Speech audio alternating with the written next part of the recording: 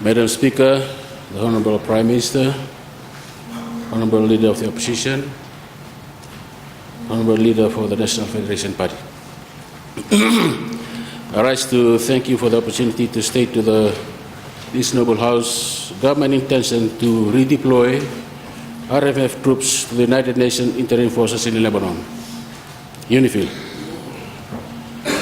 Madam Speaker, the deteriorating security situation in Syria in August 2014 saw the kidnapping of 45 Fijian peacekeepers during the escalation of clashes between the Syrian Arab armed forces and anti-government armed elements, resulting in the withdrawal of UNDOF forces from within the Syrian side, Bravo, to the Israeli side, Alpha, of the area of separation. The relocation has resulted in the reorganization of UNDOF. Madam Speaker, this reorganization has assigned 146 Fijian troops to provide United Nations with the opportunity to boost the strength of UNIFIL. Due process to the Fiji government was made, and government willingly accepted the invitation by the UN. The 146 Fijian troops will be employed in UNIFIL in a multi-task force protection unit until United Nations Department of Peacekeeping Operations makes a definite decision regarding the future of UNDOF. This unit will be called the Fijian Light Infantry Company. The Fijian Company will be dedicated force protection unit in a static and dynamic way, conducting operational tasks such as fixed compound protection, convoy escorts, construction of blue line barrels, and other force protection activities in accordance with UNIFIL rules of engagement, standard operation procedures, and other related UNIFIL policies. In addition, the deployment provides a strategic reserve to the UNDOF as they will be redeployed to UNDOF when the situation permits. Madam Speaker, Fiji was invited by the United Nations Department of Peacekeeping Operations to conduct a fact-finding mission to UNDOF and UNIFIL to gather first-hand information from the mission on the integration of Fijian company and the mission support that is available for the deployment. Madam Speaker, the deployment from UNDOF to UNIFIL will be supported by the United Nations for self-sustainment and major equipment, less weapon and ammunition. The troops will be traveling with their own personal equipment, crew serve weapons, and unit line ammunition. This arrangement will be for an initial period of 6 months. Any long-term support will be formalized through a memorandum of understanding between Fiji and the United Nations. As the deployment would be drawn from existing 1st Battalion Infantry Regiment structure in UNDOF, it would be funded by the approved budget provision within Head 49. There are no additional funding requirements for this deployment. Therefore, Madam Speaker, the total budgetary application for UNIFIL is estimated to be $14,230,280, which will be sourced from existing 2015 RFF budget provision for UNDOF. Madam Speaker, the government has already approved the deployment and signing of the MOU with the UN. The deployment of the advanced party will be conducted on the 15th of February, next week, and the main body of troops will be deployed 2 weeks later. Madam Speaker, this deployment to UNIFIL is envisaged to augment the following strategic benefits. Global profile. Fiji is viewed as a peacekeeping superpower. Our participation or peacekeeping operation has lifted our global profile, resulting in invitation to chair, participate in various UN and international programs and events. For example, G77 plus China, Pacific Small Island Developing States, PSI, DS, and many others. B, enhancing our international relation. Our relationship with the 193 UN member countries continue to grow, including our formal diplomatic relation with the non-UN member countries and the non-aligned movement members. Political leverage. Our participation has given us political leverage at the global, international, and regional level. Economic returns to the nations. Since 2004, records have been confirmed with the Ministry of Finance budget book for 2015 of 91,450,000 returned to Fiji through peacekeeping operations. Employment. Since our first deployment in 1978, there has been a surge in employment in the RFMF, police and correction services. Servicemen on return have established small businesses that offer further opportunity for employment to the unemployed. Poverty reduction. Most of the people we recruited from poor rural communities. Their participation in peacekeeping operations has allowed them to lift their living standard and also impacted on their families and society as a whole. Enhancing national capabilities. The exposure to the multinational environment has widened their scope of understanding of not only conflict resolution but education and understanding of some international issues and trends like IT development, importance of culture, national interests, gender issues, human rights, international law. This has developed the professional knowledge and outlook of our servicemen and women. Our national security.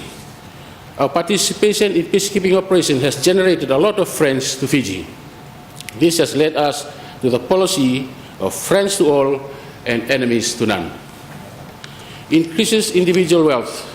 It is evident that personnel returning from peacekeeping operations are investing in land, farms, vehicles, real estate, and equipment for personal and entrepreneurship purposes.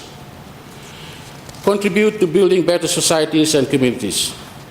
The development of our servicemen and women in the international environment has developed them to become a better people in their communities and society as a whole. Madam Speaker, the proposed deployment of 146 troops from UNDOF to UNIFIL indicates the legitimacy, credibility, and reliance of the United Nations has on Fiji when other member states are reluctant to provide troops amidst operational uncertainty and imminent danger. Madam Speaker, to conclude, Fiji's commitment should be steadfast. The strategic and economic benefits will continue to grow. Our political leverage as a result of our commitment will grow. We are a superpower in peacekeeping. We are a good global citizen. Let us continue this way. We are sure that there is more to come in our perseverance through peacekeeping operation. I thank you, Madam. Thank you. I now invite the Leader of the Opposition or Representative to make his comment. Madam Speaker, I rise to comment and to say how grateful we are on this side of the House for the explanations of our and engagement of our peacekeeping troops abroad. And as all of us do understand, since 1978, the humongous assistance that the military has done to the economy of Fiji, and also the reputation it had actually created around the world. And I thank you that the government continues to pursue and continue to engage ourselves in the international world of peacekeeping. I also thank you also for the explanations that you've done on UNDOF and the result of the movement from point B to point A now on the Israeli side. And what our peoples are doing in terms of providing intelligence and information to headquarters New York, and also to rounding up what is best for peacekeeping around that war-torn area. Some questions were raised to your good self, Honorable Minister, yesterday in regards to UNDOF and UNIFIL, and we know that in due course you will provide those answers. Order. Please address your speech to the chair. Can I? Thank you.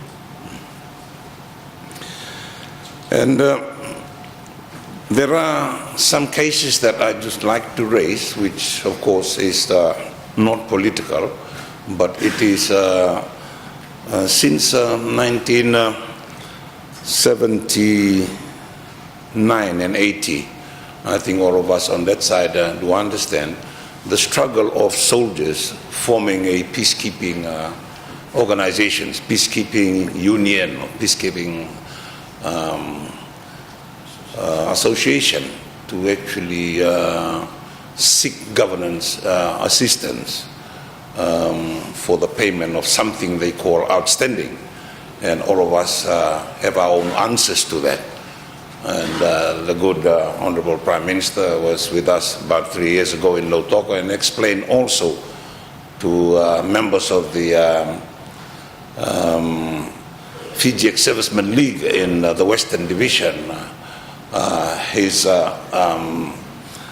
side of the stories. And but it never ended there. It continues to form. Last Christmas, there was a big invite extended to all of us, from ex-servicemen, to go and fundraise with them in their pursuance to see whether at the end of the tunnel, like Christmas Island, would there be anything for them at the end of the tunnel. Maybe I would ask the good minister to see and come up with a definite position of government in regards to that, rather than the association itself pulling monies from members and actually using it, but there's nothing ahead of them. And as I've stated, how thankful we are, and the whole of Fiji, and the contribution of the military in the peacekeeping missions abroad. And but a request, if you can kindly present to this Parliament what is the definite position of government in relation to what the Peacekeeping Association have been in years struggle to achieve. With us, I thank you, Madam. Thank you. I will now ask the representative from the National Federation Party to have the chair. So I have the floor. Thank you, Madam Speaker. I want to thank the Honourable Minister for his very detailed statement on the role of our military, especially around the world in peacekeeping duties. I think he quite rightly pointed out the global profile that Fiji has as a result of our participation in these peacekeeping operations around the world. And I was also heartened by the fact that the Minister talked about the benefits of peacekeeping operations for Fiji, for our soldiers, for their families. I remember, Madam Speaker, some time back, we, as part of a study which looked at the economic benefit of military spending, and the conclusion we arrived at was that there was potential and realized benefits to the overall economy for Fiji. So I endorse his comments on that. I also take heart from his statement, Madam Speaker, and a hint that the military is going to operate within its budget, and the Minister quite rightly pointed out that the allocation in the 2015 budget is appropriate, and any operation for peacekeeping will take into account the budgetary allocation for the military. With those few words, Madam Speaker, once again I'd like to thank the Honourable Minister for his statement. Honorable Biman Prasad, I thank you very much for your response.